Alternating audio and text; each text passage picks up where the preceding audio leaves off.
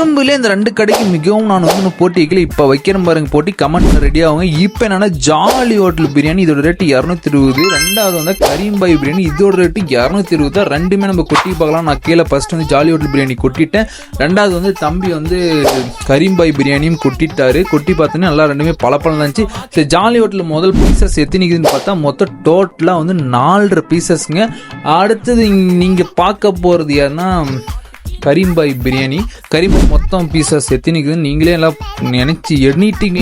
மொத்தம் 5 பீசஸ்க்கு இதுக்கு அதுக்கு என்னன்னா ஒரு அரை பீஸ் தான் கம்மியாக இருக்குது.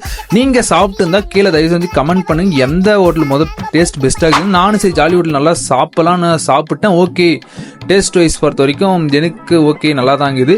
கறி பீஸை பொறுத்த வரைக்கும் ஜாலி ஹோட்டலில் கொஞ்சம் திடமாக இருந்துச்சு. சரி ஓகே அப்படின்னு தம்பி கிட்ட கரீம் கேட்டால் தம்பி கரீம் எப்படி பாக்குது அப்படின்னு கேட்டால் ஓகேண்ணா நல்லா டேஸ்ட் வைஸ் நல்லா பெட்டராக தான் இருக்குது. சரி நம்ம அடுத்து ஸ்டார்ட் பண்ணலாம். கரீம் நானும் திருப்பி கரீம் டேஸ்ட்